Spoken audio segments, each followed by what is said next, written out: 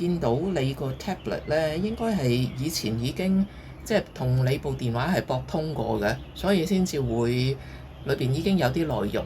我諗而家咧，其實你需要做嘅咧，就係將你部電話同你個 tablet 嗰個 WhatsApp 咧，要駁翻通佢先。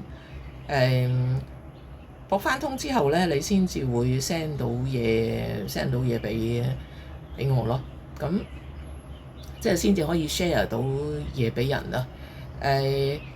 你要零零舍舍話俾佢聽咧，即係叫翻醒佢咁上下啦。咁點樣拎咧？嗱，通常我哋喺個電話嗰度咧，又係右上角呢3點，通常喺第3個位咧有個叫做 Link Devices 嘅。咁撳呢個 Link Devices 咧，就嚟到呢版繼續撳綠色嗰粒。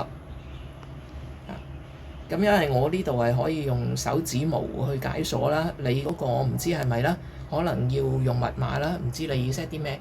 咁解完鎖之後咧，理論上咧，佢咧就會變成一個好似 scan QR code 用嘅嘢咁樣嘅。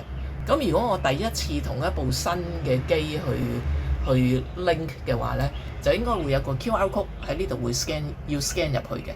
scan 咗入去之後咧，佢就會開始 loading，即係下載翻你嗰啲對話出嚟嘅。咁因為我已經駁咗啦，咁所以咧又即係冇得 scan。你嗰個應該都係嘅，應該一做完嗰個步驟咧，你嗰個 tablet 咧就會自動醒翻。自動醒翻之後咧，應該就可以做到我哋今朝試嗰啲嘢咯。咁你試下得唔得先啦？係啦。